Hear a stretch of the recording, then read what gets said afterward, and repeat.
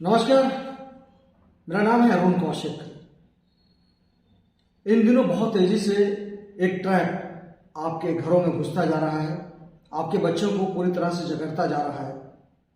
हम बात कर रहे हैं ऑनलाइन गेम्स की। ये ऐसा ट्रैप है जो आपके बच्चों को, खासकर जो युवा बच्चे हैं, उन्हें पूरी तरह से जकड़ता जा रहा है, उन्हें एडिक्ट बनाता जा रहा है और काफ़ी इसके जो दुष्परिणाम हैं, इस पूरे मामले हम बात करने के लिए एक एक्सपर्ट्स के पास आए हैं। हमारे साथ परवेंद्र शर्मा हैं, साइबर एक्सपर्ट कम एथिकल हैकर हैं। किस तरह से ये जो गेम्स हैं, ऑनलाइन गेम्स, खासकर जो रम्मी है, किस तरह से ये आपके घरों में आपको जकड़ रही है, किस तरह से आपको लूट रही है और किस तरह से एडिक्ट बनाते जा रही है, इसके विषय में पूरी बात करेंगे। परवेंद्र जी, आपका स्वागत है।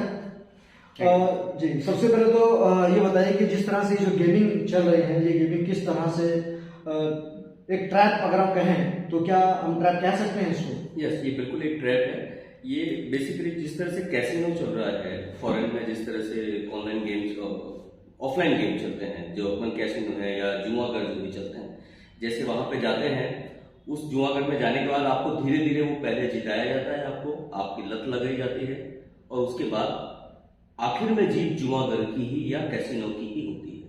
वही सेम पैटर्न आपका इन गेम में चलता है।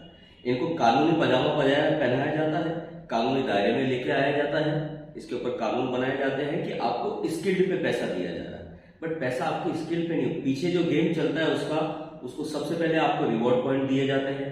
आपको पहले फ्री में, आपको कुछ देर के लिए आपको फ्री में आपको रिवॉर्ड पॉइंट दिए जाते हैं कि आपको इतना पेमेंट दिया जा रहा है, वर्चुअल पेमेंट जिसको बोलते हैं।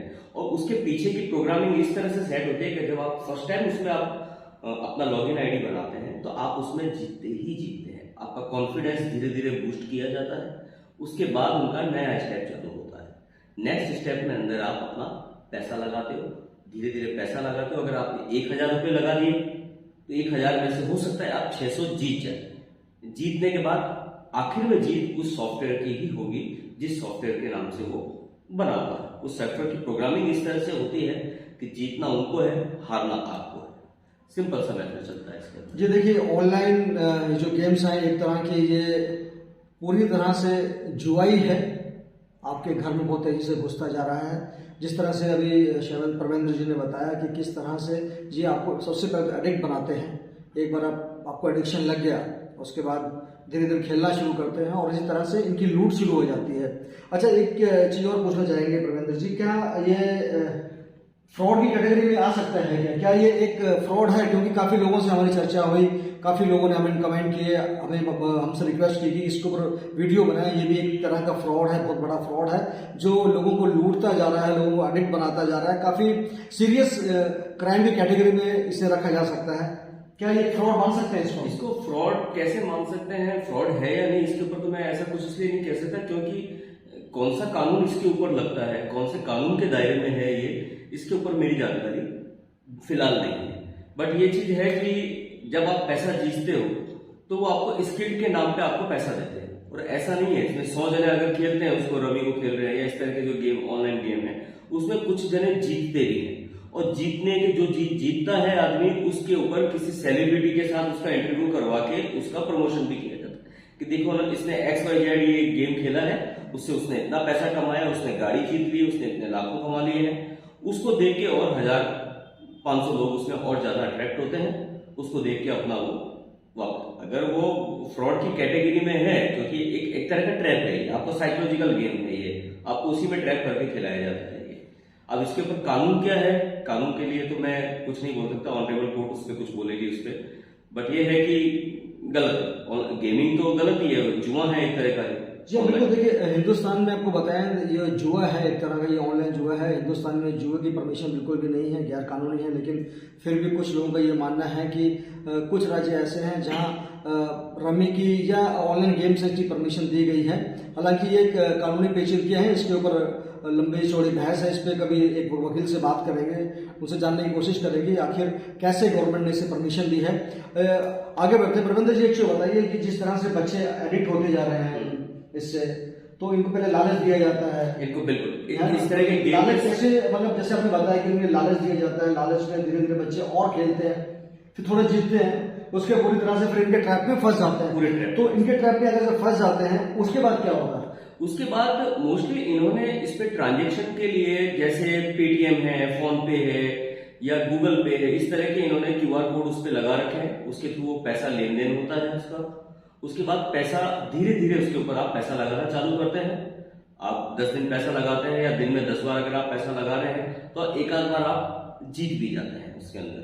वो टोटल उसका प्रोग्रामिंग इस तरह से बना रहता है, वो पीछे की उसकी कोडिंग इस तरह से है कि वो आम पब्लिक उस चीज को समझ नहीं सकती और धीरे धीरे ये लत की तरह है। जिस तरह से आप लूडो खेलते हैं, आप लूडो खेलने से क्या होता है कि लूडो खेलने से ऑनलाइन जो लूडो गेम है या इस तरह के जो गेम है आप देखते हो लोकल ट्रेन में लोग खेलते हैं उसको।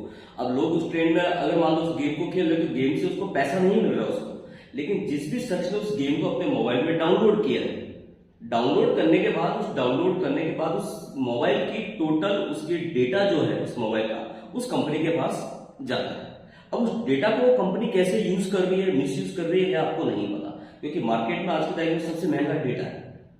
वो डेटा ऑनलाइन भी बिकता है। अब ये कंपनी उस डेटा को किस तरह से यूज करती है ये डिस्क्लेमर में दिया रहता है कि हम इस डेटा को एक्सपेरिमेंट के लिए यूज करेंगे, बट वो कैसे यूज करेंगे वो एक इस पे बड़ी पेचीदगी है इसके ऊपर। अच्छा, एक चीज देखिए, अभी आपने एक छोटी सी बात बताई कि ये होता है जुआ है, एक तरह की ये गेम ही है, जुआ की तरह से खेला जाता है, लेकिन इसको एक टेक्निकल वर्ड दिया गया है स्किल। हाँ, स्किल गेम है। कई गेम ऐसे हैं स्किल गेम के नाम पे ना ये पूरा गेम चल रहा है, पूरा धंधा चल रहा है। स्किल गेम ये कैसे इसको ऑपरेट करता है, कैसे करता है, इसके बारे में बताइए। देखो, इसमें अगर मान लो कानूनी रूप से गैर कानूनी है, अगर ये गैर कानूनी है तो गैर कानूनी डेफिनेटली गैर कानूनी अगर कोई गेम चल रहा है तो वो तो चलेगा नहीं। उसके ऊपर फाइनेंशियल ट्रांजेक्शन भी अगर गैर कानूनी है तो पॉसिबल ही नहीं है कि भारतीय कानून के हिसाब से कोई फाइनेंशियल ट्रांजेक्शन उस पर लग जाएंगे। तो क्लाइंट से पैसा लेने देने का भी जो इनका तरीका होता है वो स्किल्ड बेस पे डाल देते हैं, और स्किल पे इतने सिंपल से क्वेश्चन पूछे जाएंगे उसके अंदर जिसके जवाब एक छोटा सा बच्चा भी दे सकता है। तो जब आपने जवाब दे दिया तो आपके अकाउंट में वो पैसा ट्रांसफर कर दिया जाता है। कि अगर मान लो भविष्य में कोई कानूनी पेचीदगी आ जाता है उसके ऊपर कि आपने जुआ खेला, उससे पैसा खींचा, तो कंपनी ये क्लेम करेगी कि आपने जुए से पैसा नहीं जीता है, आपने XYZ हमने क्वेश्चन पूछा है, उसका आपने जवाब दिया था, उस जवाब के ऊपर हमने आपको पैसा दिया। तो इस तरीके से ये पैसे का लेन देन भी इसमें शामिल रहता है। अच्छा, एक छोटा सा एग्जांपल आपको देता हूं कि जिस तरह से उन्होंने बताया कि स्किल गेम चलते हैं, एक छोटा सा एग्जांपल आपको देता हूं। जैसे छोटे छोटे क्वेश्चंस पूछे जाते हैं, जैसे कि पूछ लिया कि हिंदुस्तान की राजधानी क्या है, जो भी इसका जवाब देता है उसके अंदर ये इसको प्रमोट करते हैं कि इन्होंने सही जवाब दिया।